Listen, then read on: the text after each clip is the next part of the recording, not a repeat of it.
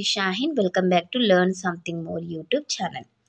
Today we will discuss Andhra Pradesh State 8th class mathematics chapter number 2 linear equations in one variable exercise 2.3 లో fourth problem solve చేసి check చేయండి అన్నారు.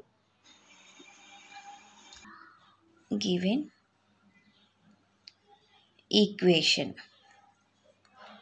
4z plus 3 equal to 6 plus 2z.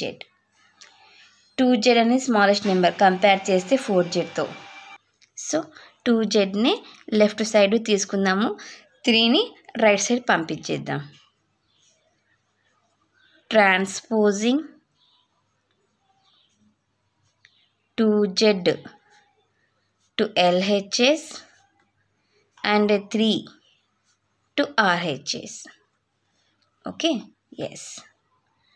4z minus 2z equal to 6 minus 3 అవుతుంది.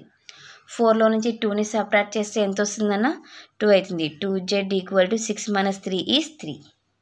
Okay, next 2ని కూడా transpose చేద్దాం. Transposing 2 to RHS z equal to 3/2. So ఇదే మా z వాల్యూ, మనకు కావాల్సిన solution. The required solution is z equal to 3/2.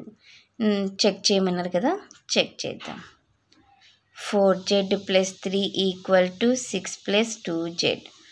4z అంటే 3/2 plus 3 equal to 6 plus 2 into z means 3/2. 2 2 cancel, 2 1s are 2 2s are 2 3s are 6 plus 3 6 plus 3 9 equal to 9. LHS equal to RHS అయింది కాబట్టి మన solution కరెక్టే.